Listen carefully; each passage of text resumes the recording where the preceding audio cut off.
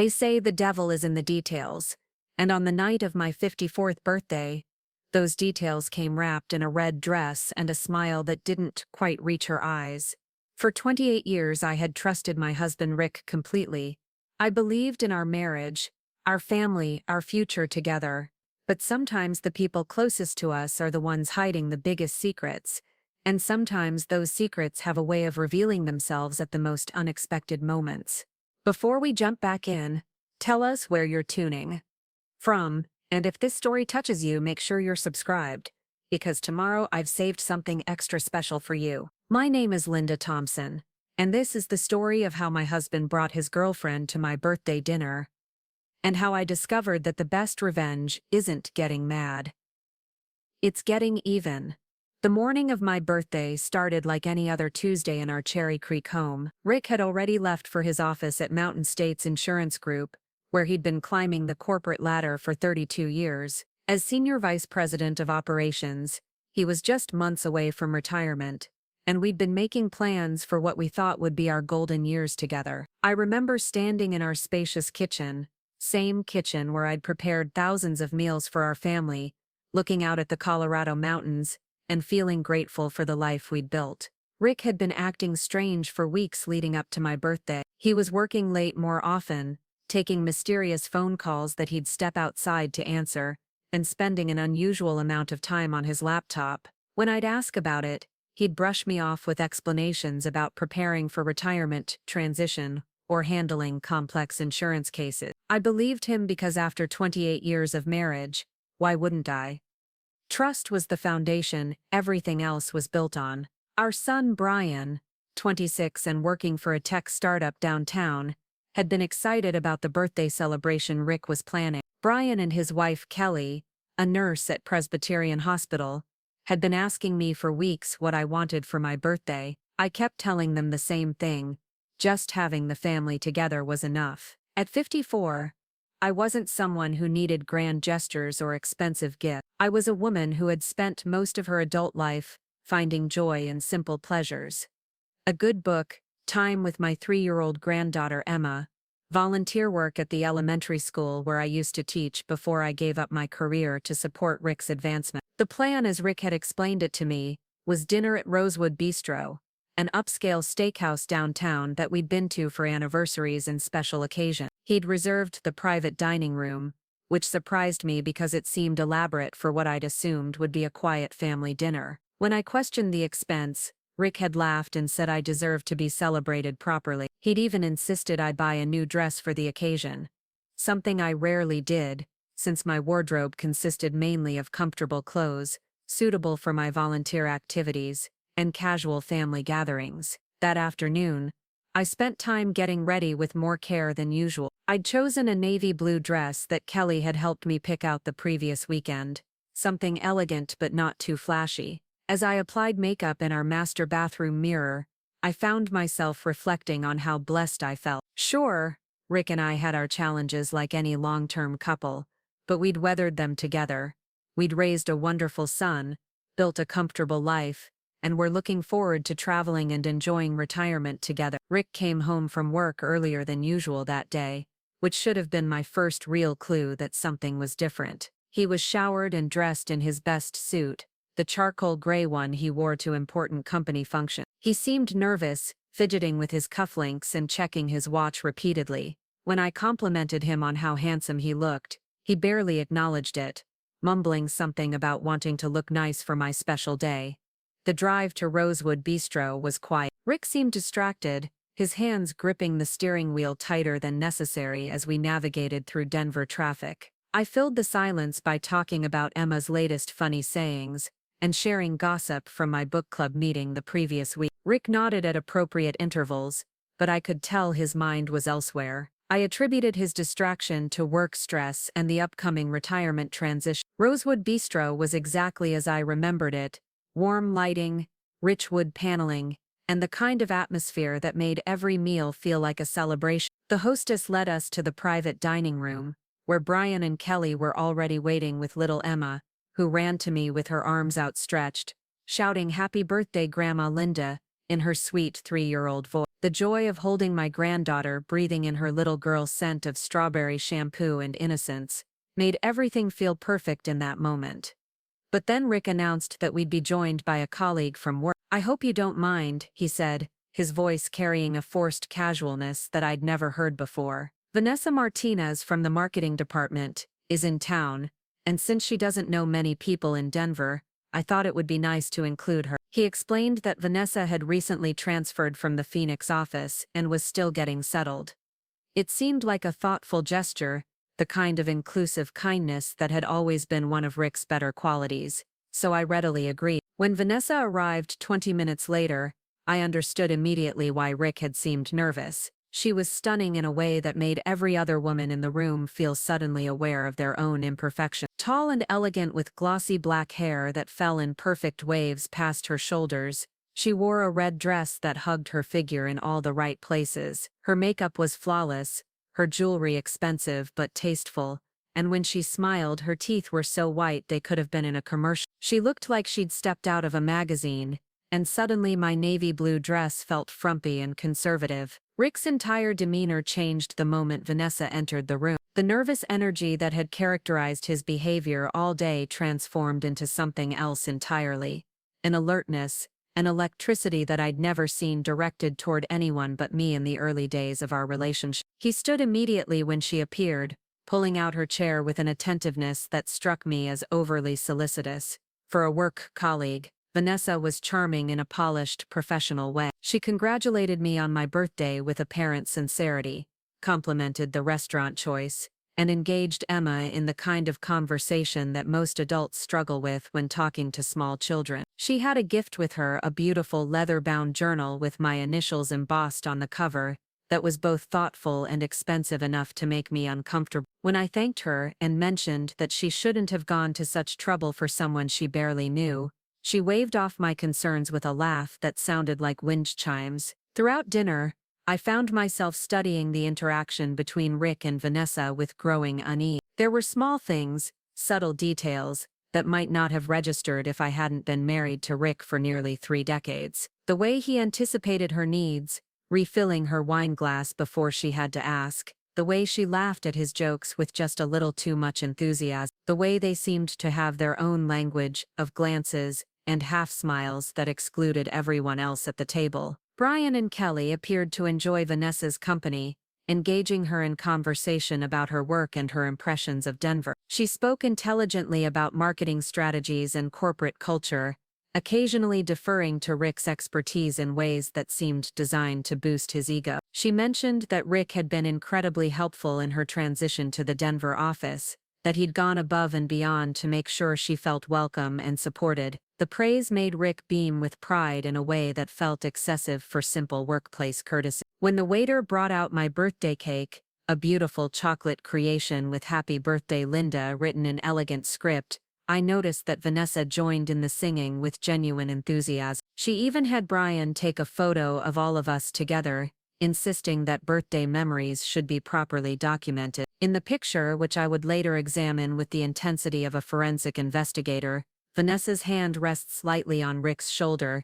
and his smile is directed more toward her than toward the camera. The evening concluded with everyone exchanging pleasantries and making plans to get together again soon. Vanessa hugged me goodbye, telling me how wonderful it was to finally meet Rick's family and how much she'd enjoyed spending my birthday with us. Rick walked her to her car while the rest of us said our goodbyes in the restaurant lobby. Through the large windows I could see them standing by a sleek black BMW, engaged in what appeared to be an intimate conversation that lasted several minutes longer than a simple workplace farewell should have required. On the drive home, Rick was more relaxed than he'd been all day. He talked enthusiastically about how well the evening had gone, how much he thought I'd enjoyed meeting Vanessa, and how nice it was to see Brian and Kelly in such good spirits. His relief was palpable, like a man who'd successfully navigated a dangerous situation. When I mentioned that Vanessa seemed lovely but that it had been an unusually generous gesture to include a work colleague in such a personal celebration, Rick became defensive in a way that surprised me. He insisted that Vanessa was going through a difficult time, having recently gone through a divorce and relocated to a new city where she knew no one. He painted a picture of a lonely, vulnerable woman who needed the kindness of colleagues to help her through a challenging transition. His explanation was reasonable and aligned with the compassionate man I'd married, but something about his passionate defense of her situation felt rehearsed, like he'd been practicing this speech. That night, as Rick slept peacefully beside me, I lay awake replaying every moment of the evening. I analyzed every glance, every gesture, every word that had passed between my husband and this beautiful stranger who had somehow become important enough to be included in my birthday celebration. The rational part of my mind insisted I was being paranoid, that 28 years of marriage had earned Rick the benefit of the doubt, but a deeper instinct, one that women develop through years of reading subtle social cues and unspoken communications, was screaming that something was fundamentally wrong. The following morning brought what I thought would be confirmation of my paranoid suspicion. Rick was his normal self, distracted by work concerns, reading the news on his tablet while drinking his coffee, kissing me goodbye with the same perfunctory affection that had characterized our recent morning. He mentioned that Vanessa had sent a lovely thank you text for being included in the dinner, and that she was excited about settling into Denver life. His tone was casual, unremarkable, exactly what I would have expected from a man who had simply extended workplace courtesy to a new colleague. For several days I convinced myself that my birthday night suspicions had been the product of an overactive imagination, combined with the natural insecurity that comes with being a 54-year-old woman, confronted with a beautiful younger colleague of her husband. I threw myself into my usual activities, volunteering at the school, attending book club meetings, spending time with Emma while Brian and Kelly worked. I made a conscious effort to put the strange feelings from that night behind me. But Rick's behavior in the weeks following my birthday began to follow a pattern that was impossible to ignore. The late nights at the office became more frequent, often accompanied by last-minute explanations about urgent projects or client meetings that couldn't be rescheduled. He developed a habit of taking phone calls in private, stepping onto our back deck or into his home office and closing the door. When I'd ask about work, his answers became increasingly vague, filled with corporate jargon that told me nothing about what was actually happening in his daily life. Most troubling was the change in his attention to personal grooming and appearance. Rick had always been a neat, professional man, but suddenly he was taking longer showers, using cologne more frequently, and paying attention to details like getting his hair trimmed every 2 weeks instead of his usual monthly schedule. He bought new shirts without mentioning it, upgraded his everyday watch, and started going to the gym with a dedication he hadn't shown since his 40s. The breaking point came 3 weeks after my birthday, not through dramatic confrontation or catching them in a compromising position, but through the mundane reality of household financial management. As the person who handled our personal accounting and bill paying, I had access to all our credit card statements and bank records.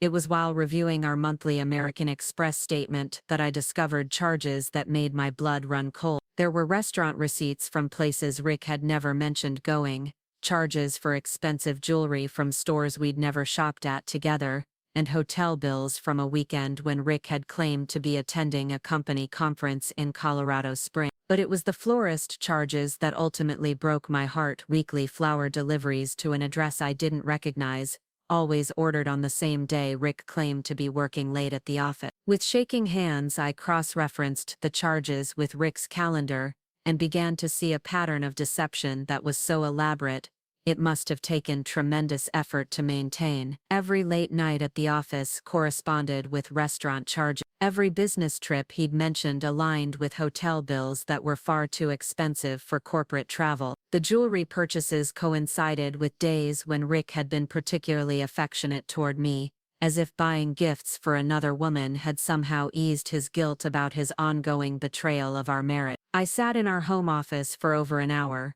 surrounded by printouts of credit card statements and calendar entries, trying to process the magnitude of what I was discovering. This wasn't a momentary lapse in judgment or a brief emotional affair. This was a sustained, deliberate deception that had been going on for months, possibly longer. Rick hadn't just included his girlfriend in my birthday dinner, he'd used my special day as an opportunity to publicly showcase their relationship while maintaining the facade of workplace friendship. The cruelest realization was that my birthday celebration hadn't been about celebrating me at all.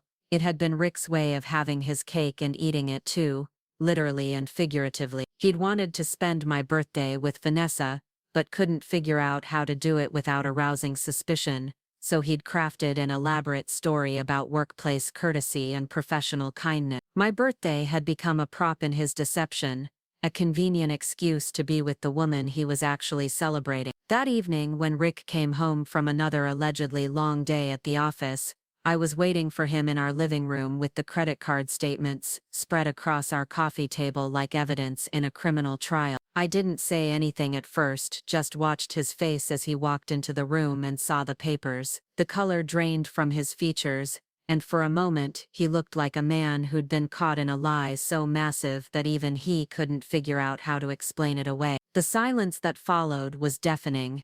Rick stood frozen in our doorway, his briefcase still in his hand, staring at the financial documents that laid bare months of calculated betrayal. I watched him process what he was seeing, watched his mind work frantically to construct some explanation that might salvage the situation, but there's no explaining away hotel receipts, jewelry purchases, and florist bills that tell a story of sustained deception. When he finally spoke, his voice was barely above a whisper. "Linda, I can explain." But even as he said it, we both knew there was no explanation that would make this acceptable. He set his briefcase down slowly, like a man moving underwater, and walked toward the couch where I sat surrounded by evidence of his double life. I held up the most damning piece of paper, a receipt from Tiffany & Co. for a diamond tennis bracelet purchased the day before my birth. "Can you explain this, Rick? Because I'm pretty sure I didn't receive a diamond bracelet for my birthday. I got dinner with your girlfriend, but apparently she got the jewelry." My voice was steady, which surprised me. I had expected to cry, to scream, to fall apart completely. Instead, I felt hollow, like something essential inside me had simply stopped working. Rick sank into his favorite armchair, the one where he'd read bedtime stories to Brian 20 years ago, where he'd held Emma on Christmas morning, just months before. He looked older suddenly, smaller somehow, as if the weight of maintaining his lies had been the only thing keeping him upright. "It's not what you think," he began, then stopped himself. Even he couldn't finish that sentence with any conviction. I picked up another receipt, this one from Le Bernardin, an expensive French restaurant downtown. "March 15th, I read aloud. "That was the night you said you were working late on the Morrison account. $187 for dinner for two. Were you working very hard that night, Rick? Was Vanessa helping you with the Morrison account?" He winced at the mention of her name, as if hearing it spoken in our living room made the reality of his betrayal more concrete. "Linda, please." Preparing and narrating this story took us a lot of time, so if you are enjoying it, subscribe to our channel. It means a lot to us. Now back to the story. Let me try to explain what happened. "It's complicated. Complicated." I repeated the word like it tasted bitter. 28 years of marriage, and you've decided things are complicated. What's complicated about this, Rick? You're having an affair. You brought her to my birthday dinner, and made me smile and make conversation with the woman you're sleeping with. What exactly is complicated about that? Rick rubbed his face with both hands, a gesture I'd seen him make countless times when he was stressed about work or struggling with difficult decisions. But this wasn't a work problem or a difficult decision. This was the deliberate destruction of everything we'd built together. "I never meant for it to happen," he said finally. "It just developed over time." It developed. I stood up, needing to move, needing to do something with the energy that was building inside me like steam in a pressure cooker. Like a disease? Like mold? Things don't just develop, Rick. You made choices. Every dinner, every hotel room, every piece of jewelry, every lie you told me, those were choices. He looked up at me with an expression I'd never seen before, part guilt and part something else that looked almost like relief. "You're right," he said quietly. "They were choices. And I made them because I felt alive again in a way I hadn't in years." The honesty of that statement hit me harder than any lie could have. He wasn't even trying to deny his feelings for her or minimize what had happened. He was telling me that being with Vanessa made him feel more alive than being married to me did. After 28 years of building a life together, of supporting his career and raising our son and creating a home, he had decided that I was the obstacle to his happiness rather than the foundation of it. How long? I asked, though I wasn't sure I wanted to know the answer. 6 months, he said without hesitation, as if he'd been waiting for this question. Since she transferred to Denver, 6 months, half a year of deception, of kissing me goodbye in the morning and coming home to me at night while conducting an entirely separate emotional and physical life with another woman. 6 months of me cooking his favorite meals and doing his laundry and planning our retirement together, while he was planning a future that didn't include me. Does Brian know? The question came out before I'd even realized I was thinking it. Rick's head snapped up, genuine alarm in his eyes. No, of course not. This has nothing to do with Brian. Nothing to do with Brian, I laughed, but it wasn't a sound that contained any humor. You don't think destroying his parents' marriage has anything to do with him? You don't think he's going to be affected when he finds out that his father is a liar and a cheat?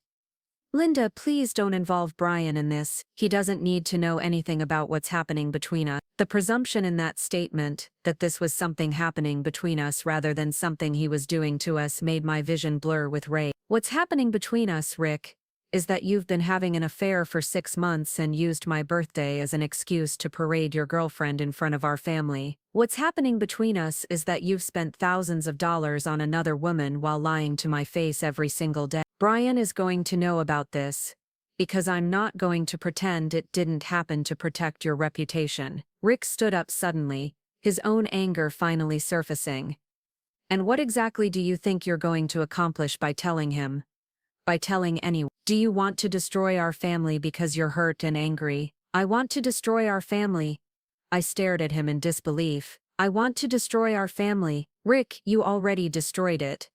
You destroyed it the first time you took her to dinner. You destroyed it when you decided that some marketing consultant from Phoenix was more important than the woman who gave up her career to support yours. You destroyed it when you brought her to my birthday and made me shake her hand and tell her how nice it was to meet her. The mention of my birthday seemed to hit him like a physical blow. He sank back into his chair, his anger deflating as quickly as it had appeared. I know how that must have looked. I know it was wrong. Wrong. I shook my head slowly. Wrong is forgetting to pick up milk from the store. Wrong is being late for dinner because traffic was bad. What you did was cruel, Rick. It was deliberately, calculatedly cruel. We sat in silence for several minutes, the weight of 28 years of marriage pressing down on both of us like a physical force. I looked around our living room, at the family photos on the mantelpiece, at the furniture we'd chosen together, at the life we'd built one decision at a time over nearly 3 decades. Everything looked the same, but I knew that nothing would ever be the same again. What do you want me to do? Rick asked finally, his voice small and defeated. I want you to tell me the truth about everything. No more lies, no more half-truths, no more protecting me from information you think might hurt me. I want to know exactly what's been happening, and exactly what you want to happen next. Rick took a deep breath, like a man preparing to confess sins to a priest. I love her, Linda. I know that's not what you want to hear, but it's the truth. I love her in a way that I haven't felt since we were young. She makes me feel like the man I used to be before I got buried under mortgage payments,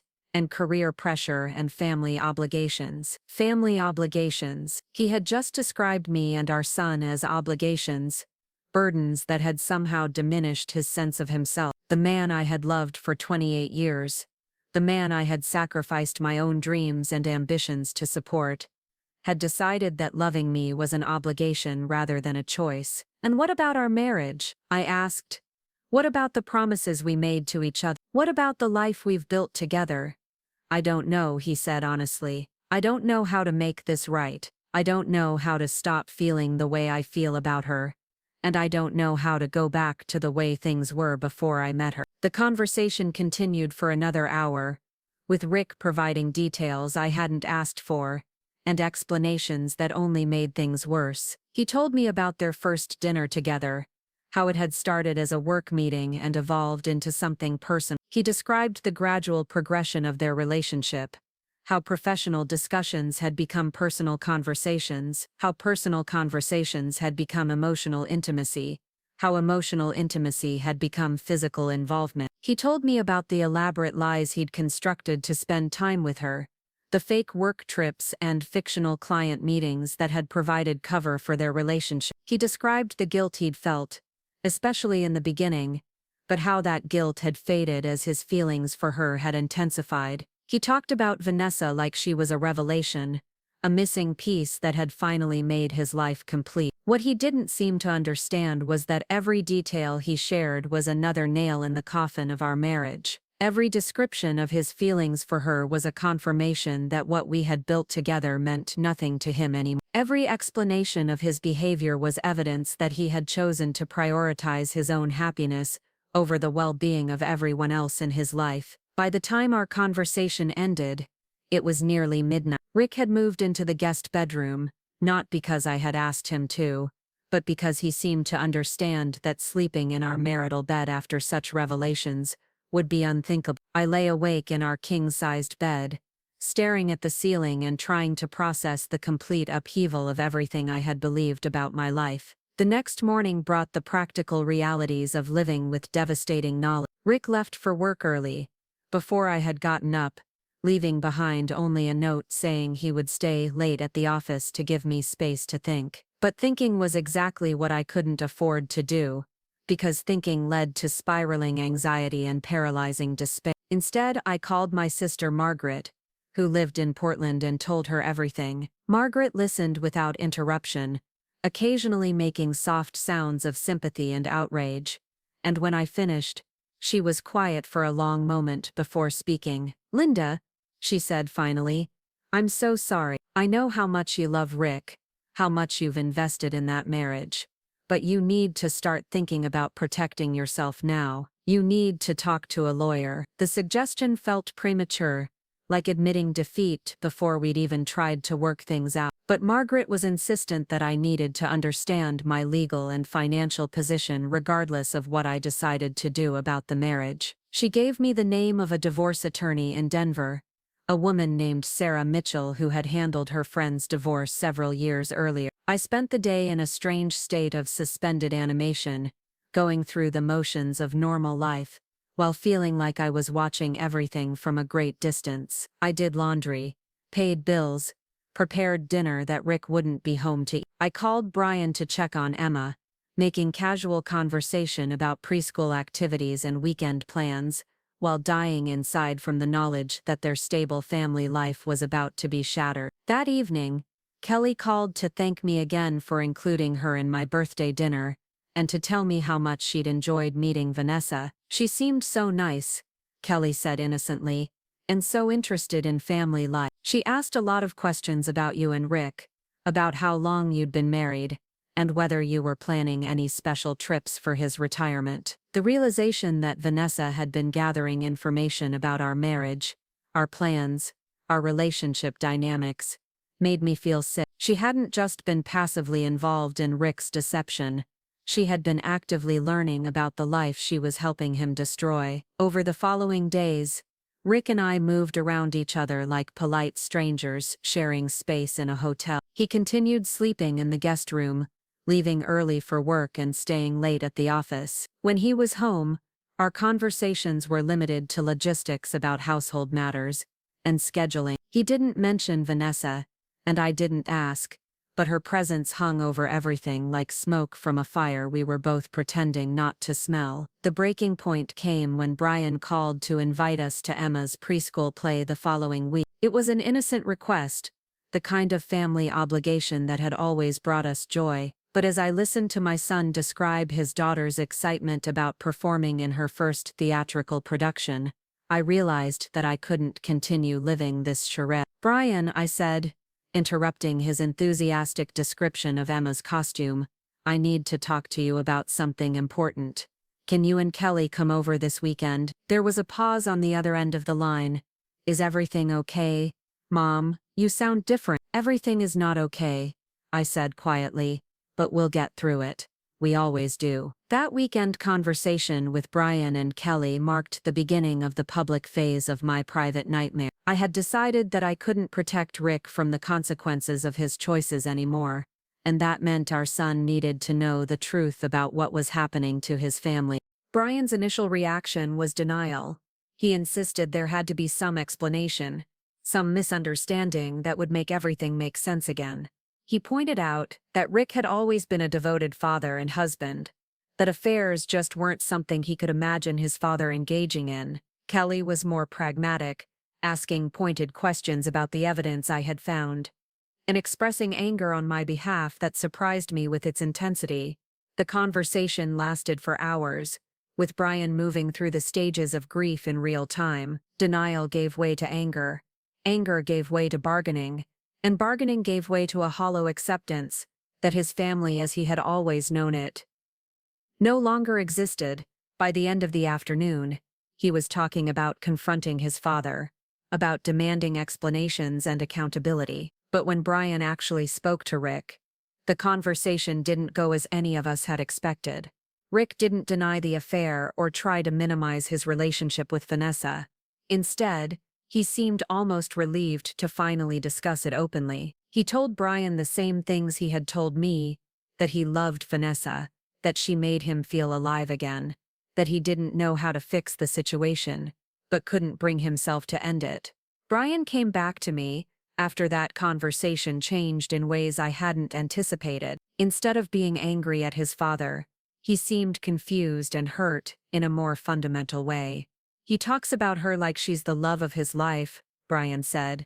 Like everything he had before, you, me, our family was just practice for the real thing. The most painful part was that Rick seemed to expect understanding rather than condemnation. He wanted Brian to accept that sometimes people fall in love despite their existing commitments, that feelings can't be controlled or denied, that life is complicated and messy and doesn't always follow the rules we think should govern it. He actually asked me if I could understand why he needed to be happy, Brian told me, his voice filled with disbelief, like being married to you for 28 years had been some kind of sacrifice he'd made, and now he deserved to be rewarded with his true love. The weeks that followed brought a series of confrontations and revelations that made the initial discovery seem simple by comparison. Rick's colleagues at Mountain States Insurance began to notice the obvious intimacy between him and Vanessa, leading to office gossip and eventually a formal complaint to Human Resources about their relationship.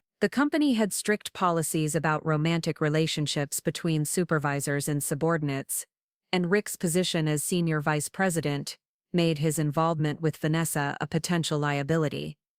When the HR investigation began, Rick was forced to choose between his job and his girlfriend. He chose Vanessa, submitting his resignation just months before his planned retirement and forfeiting a significant portion of his pension benefit. The man who had spent 32 years building his career, who had prioritized professional advancement over family time and personal interests, threw it all away for a woman he had known for 6 months. The resignation became public knowledge within our social circle almost immediately. Rick's decision to leave his prestigious position under such circumstances was the kind of scandal that spreads quickly through professional and social networks. Friends and neighbors who had known us for years began to piece together the story, and suddenly our private crisis became a matter of public speculation and judgment. The worst part was the way some people reacted to the news. Instead of expressing sympathy for the betrayed wife, several of our mutual friends seemed almost excited by the drama of it all. They wanted details about the affair, about Vanessa's background, about whether I had suspected anything. They treated our marriage's destruction like entertainment, a real-life soap opera playing out in their social circle, but it was the people who tried to remain neutral that hurt the most. Friends who had known us for decades suddenly became careful about what they said, unwilling to take sides or express clear moral judgments about Rick's behavior. They spoke about the situation in euphemisms, referring to Rick's new relationship and my difficult adjustment, as if we were discussing a career change rather than the destruction of a family.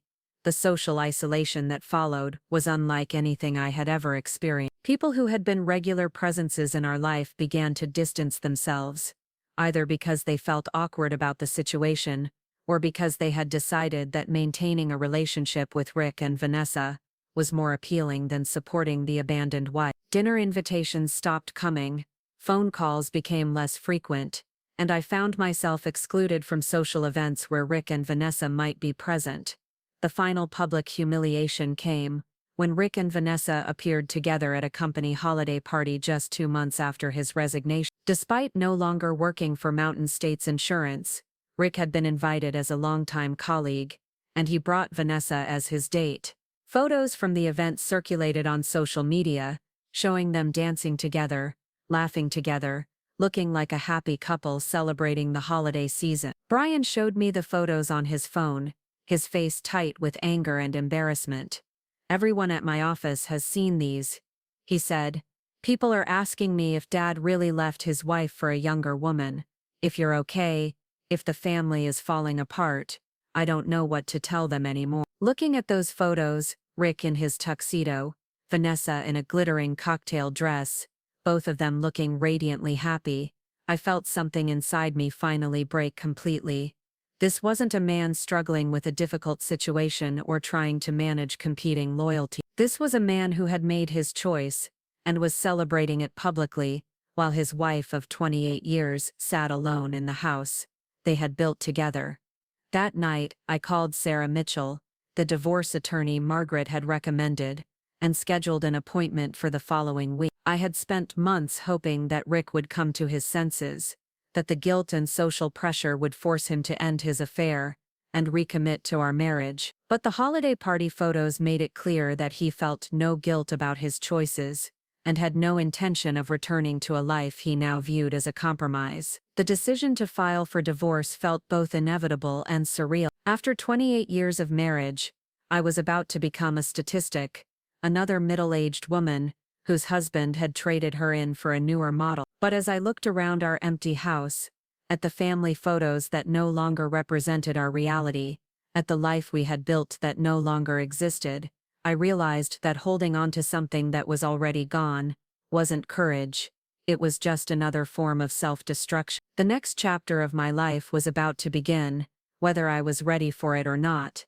The divorce attorney's office occupied the 32nd floor of a glass tower in downtown Denver, with windows that offered a panoramic view of the Rocky Mountains. Sarah Mitchell was a woman in her 50s with steel gray hair, and the kind of direct gaze that suggested she had seen every variation of marital betrayal and survived to tell about it. Her office walls were lined with law books and certificates, but what caught my attention was a small framed photograph on her desk, showing a woman hiking alone on a mountain trail. Sarah listened to my story without interruption, occasionally taking notes on a yellow legal pad, but mostly just maintaining steady eye contact that somehow made me feel both exposed and protected. When I finished recounting the timeline of Rick's affair, the financial evidence I had discovered, and the public humiliation that had followed, she was quiet for a moment before speaking. "Linda," she said, her voice gentle but firm, "I need you to understand something. What you're describing isn't just an affair, it's financial fraud. Your husband has been using marital assets to support his relationship with another woman without your knowledge or consent. In Colorado, that's considered dissipation of marital property, and it will impact how assets are divided in the divorce." The word divorce still felt foreign in my mouth, like a language I was trying to learn but couldn't quite master. For 28 years I had defined myself primarily as Rick's wife, Brian's mother, Emma's grandmother. The idea of becoming a divorced woman at 54 felt like stepping off a cliff into empty air. Sarah pulled out a thick folder and began explaining the divorce process in Colorado, the timelines involved, the financial disclosures that would be required, and the various ways property could be divided. She talked about spousal support, retirement account divisions, and the complexities of dealing with a spouse who had already demonstrated a willingness to hide assets and engage in financial deception. "I'm going to be honest with you," Sarah said, setting down her pen and looking directly at me. "This is going to get ugly before it gets better. Men who leave their wives for other women often become very defensive about money, especially when they're trying to start fresh with someone new. Rick is going to fight you on everything, and his girlfriend is probably going to encourage him to minimize what he gives you, so there's more left for their new life together. The meeting lasted 2 hours and left me feeling simultaneously empowered and terrified. Sarah had armed me with information about my rights and options, but she had also made it clear that the next several months would be a battle I wasn't sure I was strong enough to fight. As I rode the elevator down from her office, I caught my reflection in the polished steel doors and barely recognized the woman staring back at me. She looked older, more fragile, like someone who had been hollowed out from the inside. The drive home through Denver traffic gave me time to process what I had committed to. Filing for divorce wasn't just a legal procedure, it was a public declaration that my marriage was over, that the life I had built with Rick was beyond repair. It meant telling Emma that Grandpa wouldn't be living in our house anymore, that family gatherings would be forever changed, that the security and stability she had always known was about to be disrupted. When I arrived home, Rick's car was in the driveway, which surprised me since he had been staying away from the house as much as possible since our confrontation. I found him in his home office, sitting at the computer we had bought together 5 years earlier, typing what appeared to be a long email. He looked up when I entered, and I saw something in his expression that I hadn't seen before. Fear. "Where were you today?" he asked, closing the laptop with more force than necessary. "I had a meeting in downtown," I said, not ready to reveal that I had just spent 2 hours learning how to dismantle our marriage legally and financially. Rick studied my face with the same intensity he used to reserve for complex insurance cases. "Linda, I know you're angry with me. I know I've hurt you badly, but we need to talk about how we're going to handle this situation moving forward. We need to think about Brian, about Emma, about what's best for the family." The irony of him suddenly caring about what was best for the family wasn't lost on me. For 6 months, he had prioritized his own desires over every family consideration. He had chosen to spend money on his girlfriend rather than saving for Emma's college fund. He had chosen to risk his career and our financial security rather than ending an inappropriate relationship. He had chosen to humiliate me publicly rather than handling his midlife crisis with dignity and discretion. "What exactly did you want to discuss?" I asked, remaining standing while he sat behind his desk like we were conducting a business meeting rather than trying to salvage the remnants of our family. "I want us to try counseling," he said, the words coming out in a rush like he had been practicing them. "I want us to work with someone who can help us figure out how to move forward in a way that's healthy for everyone involved. I know I've made mistakes, but I don't think our marriage has to be over because of them." The suggestion was so absurd that I actually laughed, a sound that seemed to startle both of us. "Counseling, Rick? You want to go to marriage counseling while you're living with your girlfriend?" "I'm not living with her," he said quickly. "I'm staying at the Hampton Inn downtown. I haven't moved in with Vanessa, but you're still seeing her. You're still in a relationship with her. You're still planning a future with her." Each statement was a question disguised as a fact, but Rick's silence confirmed what I already knew. He rubbed his forehead with both hands, another familiar gesture that used to indicate work stress but now seemed to signal the impossibility of managing 2 relationships simultaneously. "It's complicated, Linda. I can't just turn off my feelings for her, but I also can't ignore 28 years of marriage and everything we've built together." "Actually, you can," I said quietly. "You've been ignoring our marriage for 6 months. You've been treating our life together like an inconvenience that you have to work around to spend time with the person you actually want to be with. So yes, Rick, you can absolutely choose. You just don't want to because you want to have both of us." The conversation continued for another hour, with Rick trying various approaches to convince me that our marriage could be saved despite his ongoing relationship with Vanessa. He talked about the possibility of a trial separation, about taking time apart to figure out what we both wanted, about the importance of not making permanent decisions while emotions were running high. What he never mentioned was ending his relationship with Vanessa. Every solution he proposed involved me accepting that she would remain part of his life in some capacity, that I would need to find a way to coexist with the woman who had helped him destroy our marriage. He seemed genuinely puzzled by my unwillingness to consider such arrangements, as if I were being unreasonably rigid about something that should be negotiable. The final straw came when he suggested that maybe I could try to get to know Vanessa better, that perhaps if I understood what he saw in her, I could appreciate why their relationship was so important to him. The suggestion was delivered with complete sincerity, as if he truly believed that the solution to our marital crisis was for me to become friends with his mistress. That night, after Rick had returned to his hotel room, I sat in our kitchen with a bottle of wine and tried to make sense of how my life had become so unrecognizable. The house felt enormous and hollow, filled with the echoes of conversations and laughter from happier times. Every room contained memories of the family we had been, artifacts of the life that Rick had decided to abandon. I called my sister Margaret and told her about the meeting with Sarah, about Rick's suggestion of marriage counseling, about his apparent belief that I should somehow accommodate his desire to maintain relationships with both Vanessa and me. Margaret listened with increasing incredulity, occasionally making sounds of disgust and disbelief. "Linda," she said when I finished,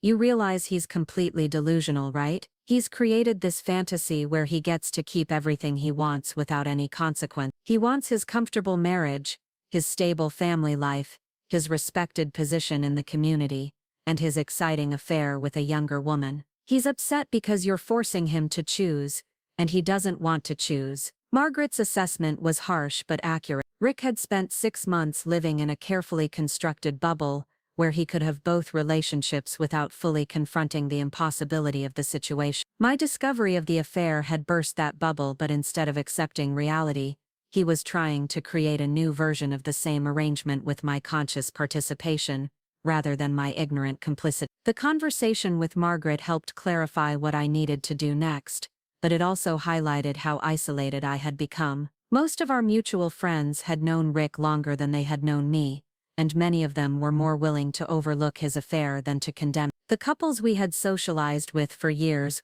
were awkwardly trying to maintain neutrality, which in practice meant excluding me from gatherings where Rick and Vanessa might be present. The social isolation was particularly difficult during the holiday season. Thanksgiving had always been my favorite holiday, a time when our house filled with extended family and friends, when I spent days preparing elaborate meals and creating the kind of warm, welcoming atmosphere that had been my specialty as a hostess. This year Brian and Kelly had invited me to join them for a quiet dinner, but the celebration felt forced and melancholy, overshadowed by Rick's obvious absence and everyone's careful avoidance of discussing why he wasn't there. Christmas was even worse. For 28 years, Rick and I had maintained elaborate holiday traditions, decorating the tree together while listening to classic Christmas music, hosting an annual party for his colleagues, creating magical Christmas mornings for Brian and now for Em. This year I couldn't bring myself to decorate at all.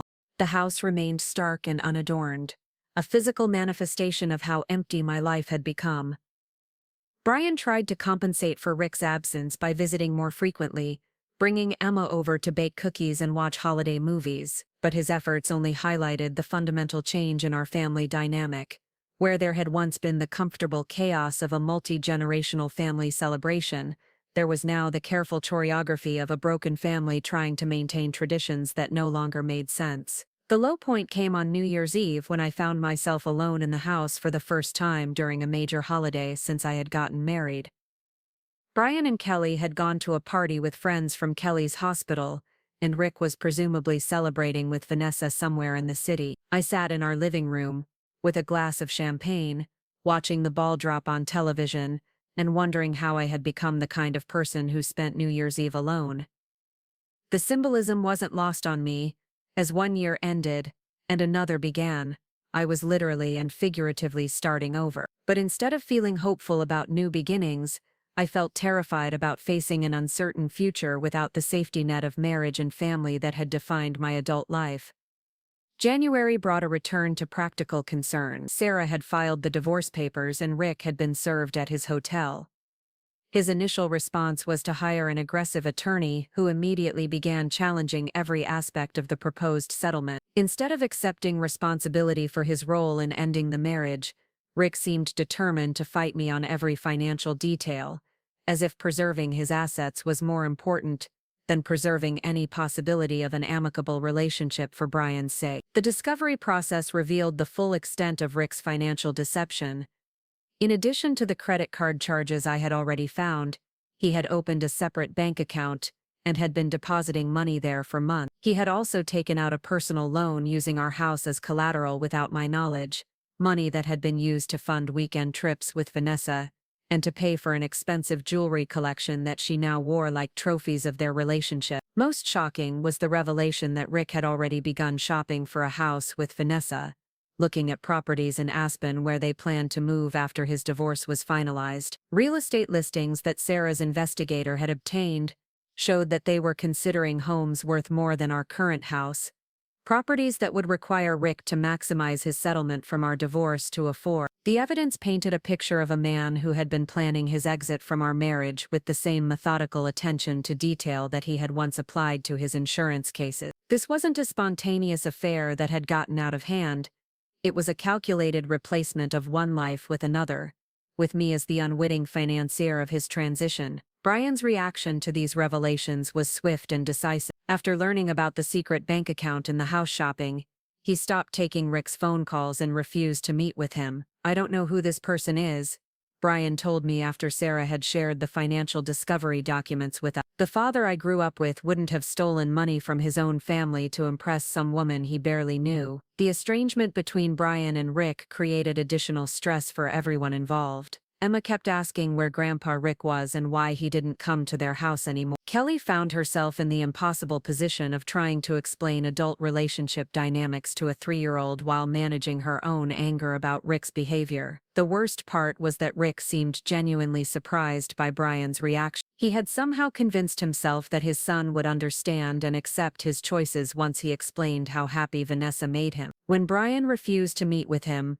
Rick began calling me to complain about being denied access to his granddaughter as if I were responsible for the consequences of his own actions. "Linda, you need to talk to Brian," Rick said during one particularly difficult phone conversation. "He's keeping Emma away from me because he's angry about our marriage problems, but that's not fair to her. She needs her grandfather." The conversation was surreal in its complete disconnect from reality. Rick had destroyed our family through his selfish choices, had stolen money from our joint accounts to fund his affair, had publicly humiliated me and abandoned his responsibilities as a husband and father. But somehow in his mind, I was the one responsible for the relationship damage, because I wasn't managing the fallout of his betrayal in a way that preserved his access to the benefits of family life without any of the obligation. As winter deepened into spring, the divorce proceedings became increasingly contentious. Rick's attorney was arguing that his affair was irrelevant to the financial settlement,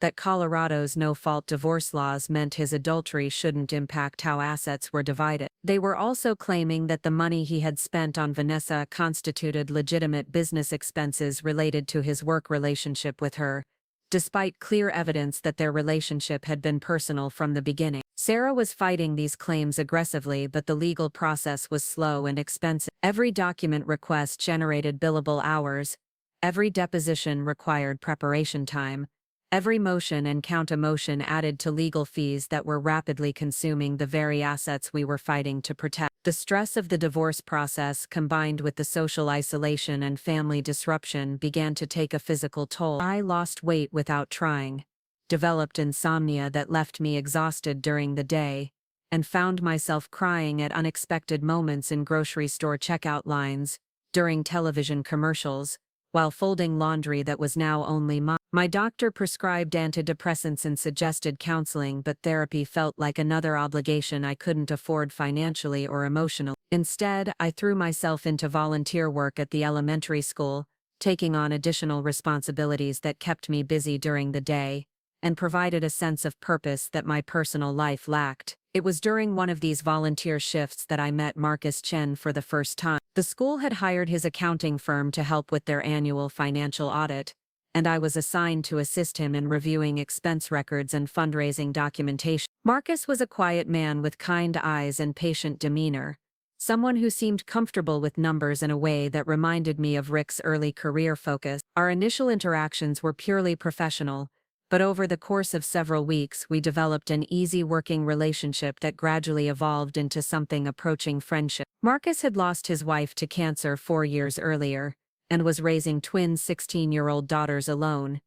He understood the complexities of sudden life changes and the challenge of rebuilding an identity after losing a defining relationship. Marcus never asked intrusive questions about my divorce or offered unsolicited advice about my legal situation. Instead, he simply treated me like a competent, interesting person whose company he enjoyed. After years of feeling like damaged goods, like a woman whose husband had found her so inadequate that he had to seek fulfillment elsewhere, Marcus's respectful attention was like water to someone dying of thirst. When the school audit was completed, Marcus surprised me by asking if I would be interested in doing some freelance bookkeeping for his other small business clients. He explained that several of his clients needed help with basic accounting tasks but couldn't afford to hire full-time employees. The work would be part-time and flexible, but it would provide income and, more importantly, a sense of professional purpose that I hadn't felt since giving up teaching to support Rick's career. The job offer came at exactly the right time. The divorce proceedings had stretched my finances to the breaking point,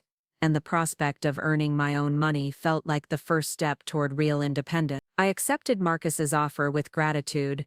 That probably seemed excessive for such a simple opportunity, but he seemed to understand that it represented something much larger than part-time work. Working for Marcus's firm reintroduced me to skills I had forgotten I possessed. Years of managing household finances and volunteer organization budgets had prepared me for the detailed work of small business accounting. More importantly, the job provided daily proof that I was capable of learning new things, of contributing value in a professional setting, of being someone other than Rick's abandoned wife. As spring turned toward summer, I began to feel glimmers of something I hadn't experienced in months: hope. The legal battle with Rick was still ongoing, but Sarah was confident that we would ultimately prevail on the most important financial issue. Brian's relationship with his father remained strained, but he had begun to heal from the initial shock of Rick's betrayal and was starting to focus on protecting Emma from the adult drama surrounding her. Most importantly,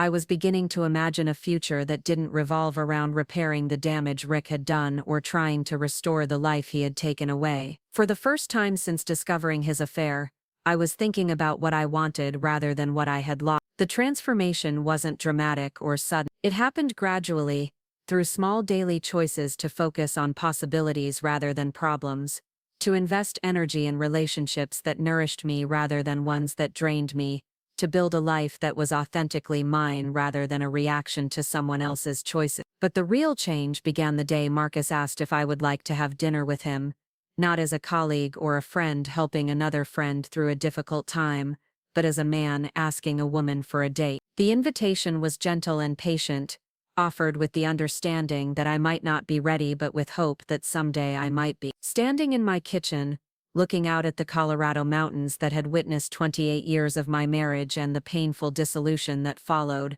I realized that Marcus's invitation represented more than just dinner. It represented the possibility that my story didn't have to end with betrayal and abandonment, that there might be chapters yet to be written that I couldn't even imagine. The dinner with Marcus changed everything, though not in the dramatic way I had expected. We met at a small Italian restaurant in Cherry Creek, the kind of place where conversations could happen without shouting over loud music or competing with television screens. Marcus arrived precisely on time, wearing a navy blazer that brought out the silver in his hair, and when he smiled as I approached the table, I felt something I hadn't experienced in months: the simple pleasure of being genuinely welcome. Our conversation flowed naturally from work topics to personal interests to the comfortable sharing of stories that happens when two people discover they enjoy each other's company. Marcus told me about his daughters, Sarah and Michelle, who were planning to attend different colleges in the fall,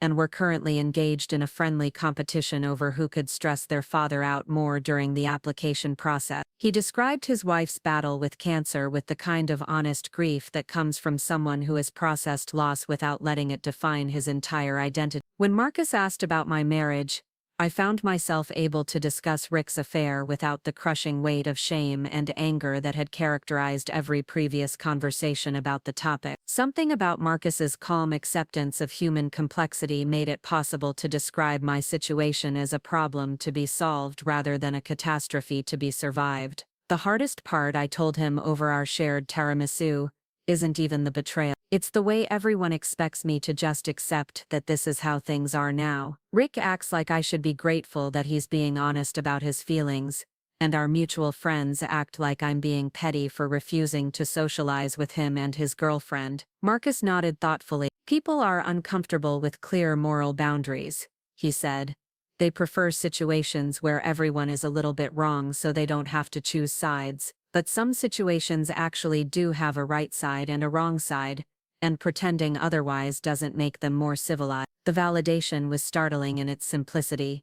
For months I had been second-guessing my own reactions, wondering if I was being too rigid or unforgiving. Marcus's matter-of-fact acknowledgement that Rick's behavior was simply wrong without qualification or explanation felt like permission to trust my own judgment again. As summer progressed, my friendship with Marcus deepened into something more substantial. We began having dinner regularly, sometimes at restaurants, but often at his house where I could meet his daughters and see him in his natural environment. Sarah and Michelle were remarkable young women, intelligent, funny, and surprisingly welcoming to their father's new friend. They had inherited their mother's warmth and their father's thoughtfulness, and they seemed genuinely pleased that Marcus had found companionship after years of focusing solely on their needs. The girls' easy acceptance of me stood in stark contrast to the ongoing drama with my own family. Brian remained estranged from Rick, refusing to attend Emma's 4th birthday party because Rick had asked to bring Vanessa. The request had been presented as a reasonable accommodation after all.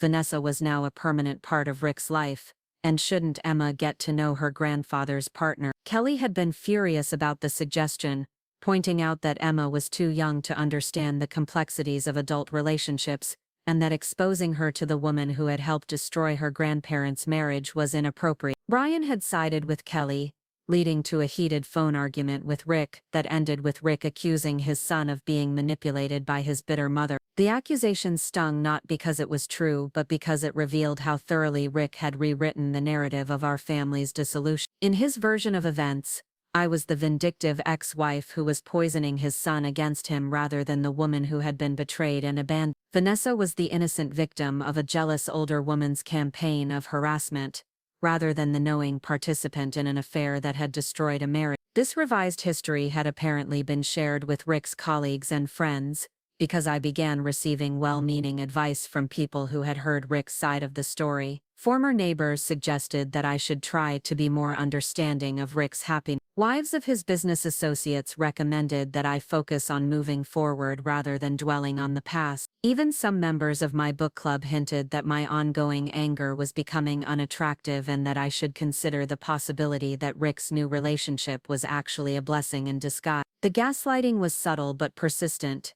designed to make me question my own perceptions and reactions. People who had never been betrayed by a spouse were offering advice about how I should handle betrayal. People who had never had their life's work dismissed as meaningless were suggesting that I should be grateful for the opportunity to start over. People who had never been publicly humiliated were recommending that I should rise above the embarrassment and focus on finding my own happiness. Marcus became my anchor during this period of sustained psychological assault. He never minimized my experience or suggested that I should handle things differently. Instead, he listened to my frustrations with the kind of patient attention that validated my right to feel angry without requiring me to perform that anger for his benefit. "They're trying to make you complicit in your own mistreatment," he observed one evening after I had described a particularly condescending conversation with a former friend. "If they can convince you that your reaction is the problem, then they don't have to confront the reality of what was done to you."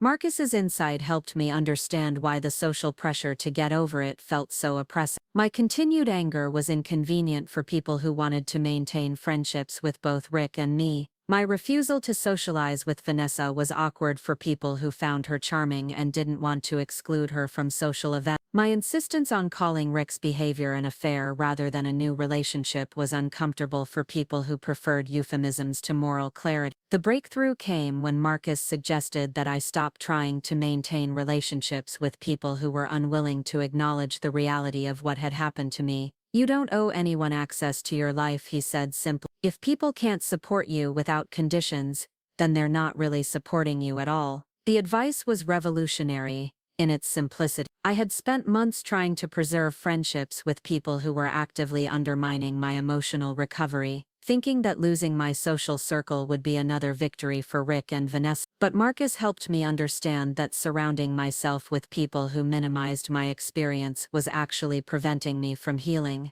I began politely declining invitations from people who had made it clear that they expected me to accommodate Rick's new relationship. I stopped trying to maintain friendships with women who wanted to hear gossip about my divorce, but weren't interested in providing actual support. I stepped back from social situations where I felt pressured to perform forgiveness or acceptance that I didn't genuinely feel. The social pruning was initially isolating, but it created space for deeper relationships with people who actually valued my well-being. My book club, which had been a source of stress when certain members pushed me to move on, became a sanctuary when I focused on the women who offered genuine support. My volunteer work at the school became more meaningful when I stopped seeing it as a distraction from my problems and started viewing it as a contribution to something larger than myself. Most importantly, my relationship with Marcus evolved from friendship to something deeper and more sustaining. We began spending weekends together, taking day trips to explore Colorado's wine country or hiking trails in the mountains. Marcus introduced me to activities I had never tried: rock climbing, photography, visiting art galleries, and I discovered interests and abilities I hadn't known I possessed. The physical attraction between us developed gradually, built on a foundation of mutual respect and genuine enjoyment of each other's company. When we finally became intimate, it was with the patient tenderness of two people who had learned to value emotional safety above passion, though the passion was there too, deeper and more satisfying than anything I had experienced in the final years of my marriage. Marcus never pressured me to define our relationship or make commitments about the future. He seemed to understand that I needed time to discover who I was as an independent person before I could fully commit to being part of a couple again. His patience gave me the freedom to explore my own interests and desires without the pressure of performing for someone else's expectations. One of the most significant changes was my decision to pursue interior design professionally. The work had always been a hobby, something I did for friends and family when they needed help decorating their homes. But as my bookkeeping skills developed and I gained confidence in my ability to manage client relationships, I began to consider whether I could turn my design talents into a legitimate business. Marcus encouraged this exploration, even helping me research licensing requirements and business registration procedure. He introduced me to some of his small business clients who needed help with office design, and I discovered that I had a knack for creating functional, attractive spaces that enhanced productivity and reflected company culture. The first official interior design project I completed was for a veterinary clinic that needed to update their reception area. The work was challenging but deeply satisfying, requiring me to balance aesthetic considerations with practical concerns about durability and maintenance. When the project was finished, the clinic's owner was so pleased with the results that she recommended me to other business owners in her network. Word of mouth led to additional projects, and by late summer I had enough design work to consider it a legitimate second income stream. The money wasn't substantial, but it represented something more important than financial gain. It was proof that I had skills and talents that existed independently of my role as Rick's wife, or Brian's mother.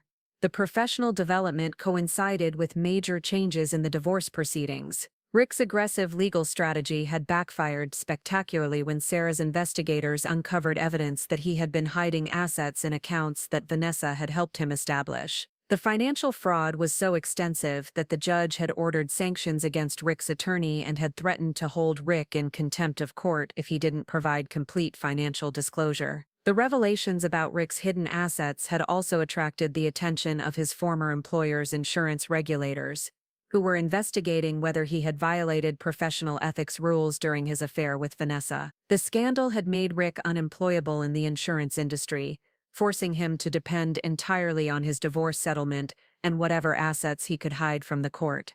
Meanwhile, Vanessa's behavior had become increasingly erratic as the reality of her situation became clear. She had quit her job to move in with Rick, expecting that his divorce settlement would provide them with the comfortable lifestyle she had been promised. But the legal fees and financial penalties were consuming Rick's resources faster than either of them had anticipated. Brian reported that Rick was becoming increasingly desperate, calling at all hours to complain about the legal expenses and to blame me for his financial problems. Rick seemed genuinely shocked that his affair had professional consequences, that his colleagues viewed his behavior as a character defect rather than a romantic adventure. The most satisfying moment came when Brian told me about a conversation he had overheard between Rick and Vanessa during one of their rare visits to see Emma. Vanessa had been complaining about their reduced circumstances, about the cramped apartment they were sharing while they waited for the divorce settlement. She had apparently expected Rick to be wealthy enough to support her in the style she felt she deserved, and she was discovering that a disgraced insurance executive's pension wasn't sufficient to fund the luxury lifestyle she had envisioned. She actually said that if she had known how much money he was going to lose in the divorce, she might have reconsidered getting involved with him. Brian reported with obvious satisfaction. Dad looked like someone had punched him in the stomach. The revelation that Rick's great love was contingent on his financial status was both heartbreaking and vindicating. It confirmed what I had suspected from the beginning, that Vanessa had been attracted to Rick's position and wealth rather than his character, and that she was no more capable of true loyalty than he was. As autumn approached, I felt stronger and more confident than I had in years. The divorce was nearing completion, with Sarah confident that we would receive a favorable settlement that would provide financial security for the rest of my life. My design business was growing steadily, giving me professional identity and personal satisfaction that I had missed since leaving teaching. Most importantly, my relationship with Marcus had evolved into something stable and nurturing. We had begun talking about the possibility of moving in together once his daughters left for college, about combining our lives in a way that honored both our independence and our commitment to each other. The contrast between my growing happiness and Rick's obvious misery wasn't lost on me. While I was building a new life based on authentic relationships and meaningful work, Rick was trapped in a situation that was revealing the shallow foundations of his choices. The woman he had sacrificed everything for was proving to be exactly as selfish and opportunistic as her behavior had suggested, and the career he had thrown away for love was irreplaceable at his age. But the most significant change was in my relationship with myself. The woman who had defined herself entirely through her relationships with others was discovering that she had intrinsic value that didn't depend on anyone else's recognition or approval. The woman who had spent 28 years trying to be the perfect wife was learning that perfection was neither possible nor desirable, that authenticity was more valuable than performance. As Rick's retirement party approached, the event that would mark the end of his professional life and the beginning of his complete dependence on Vanessa, I found myself anticipating the occasion with emotions I hadn't expected.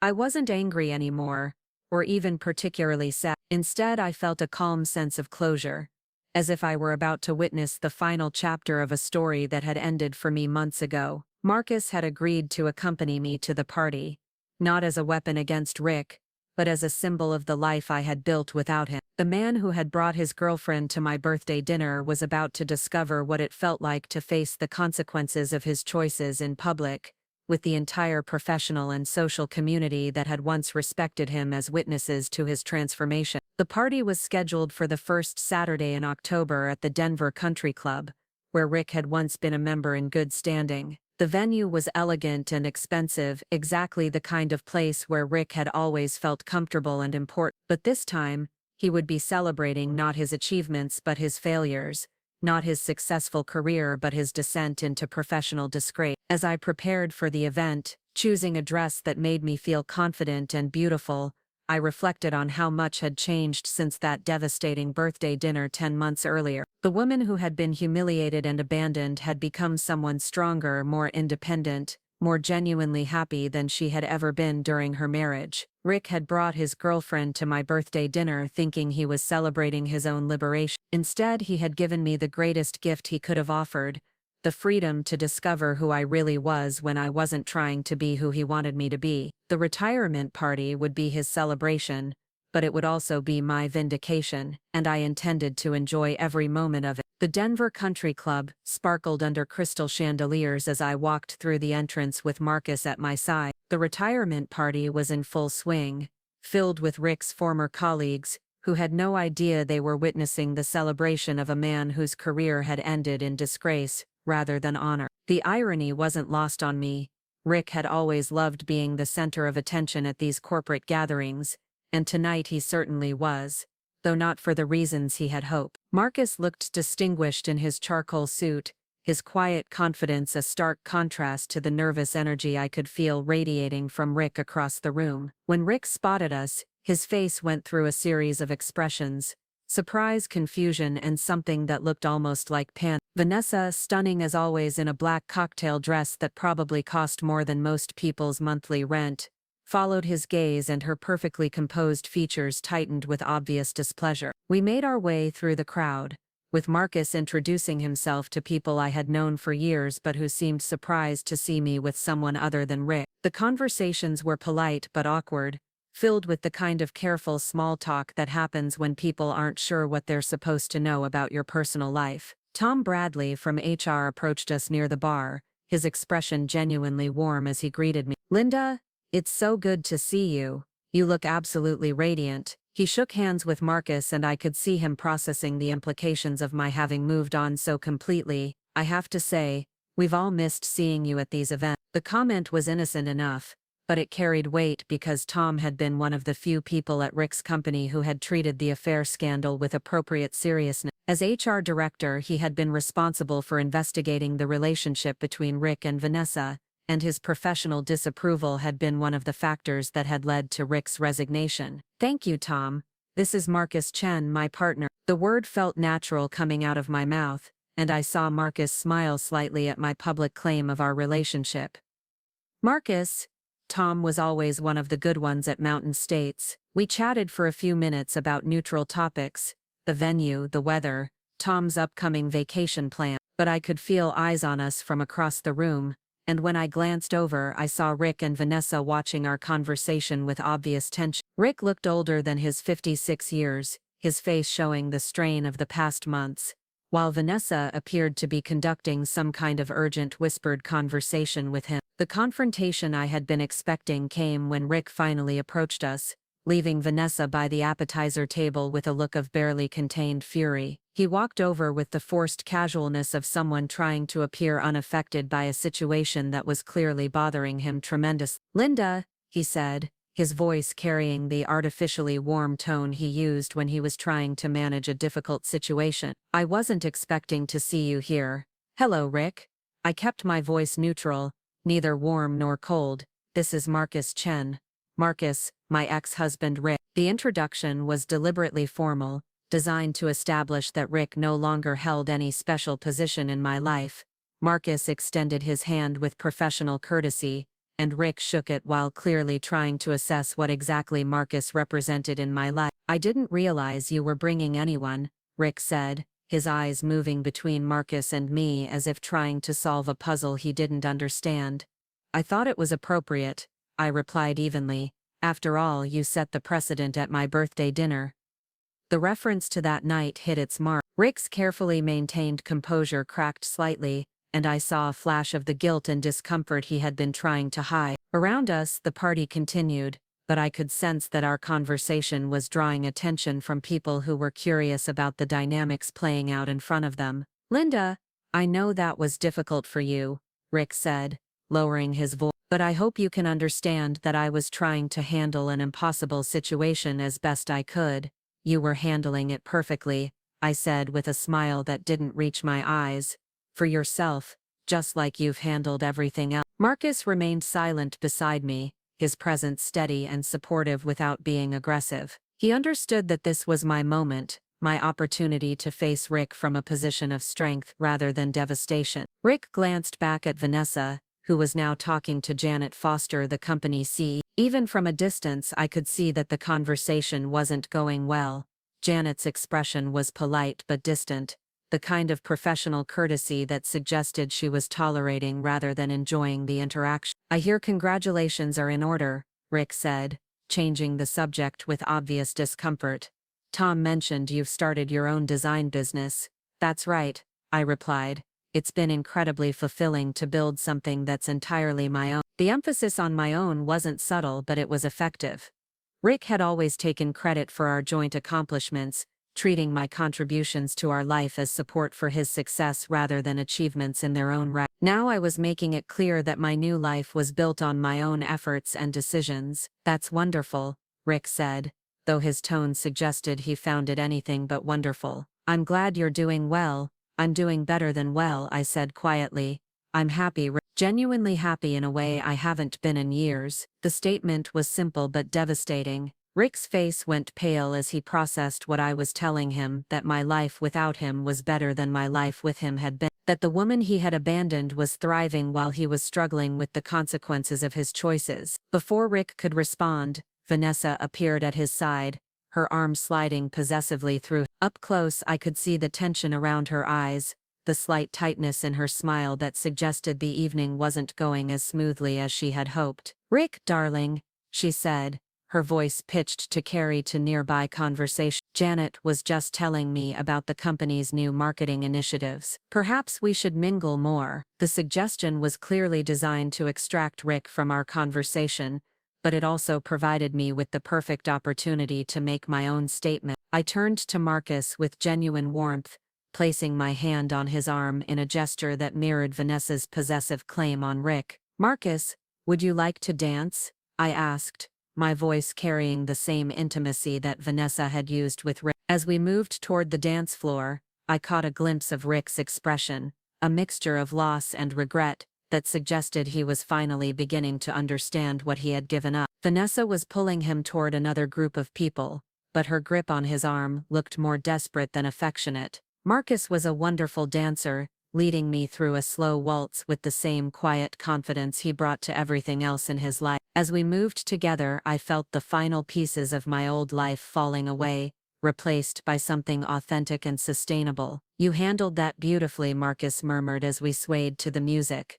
"I had good motivation," I replied, looking up at him with genuine affection. "And an excellent partner." The rest of the evening passed in a blur of conversations and congratulations. People approached me throughout the night, many of them expressing surprise at how well I looked, how confident I seemed, how obvious it was that I had moved on to something better. The subtext was clear: they had expected to see a broken woman, a victim of Rick's midlife crisis. Instead, they were meeting someone who had transformed her betrayal into liberation. As the party wound down, I saw Rick and Vanessa leaving early, their body language suggesting they were in the middle of a tense discussion. Rick looked back once as they reached the door, his gaze finding mine across the crowded room. In that moment, I saw complete recognition of what he had lost and what I had gained. Marcus and I stayed until the end, dancing and laughing and celebrating not Rick's retirement but my own rebirth. When we finally left the Denver Country Club,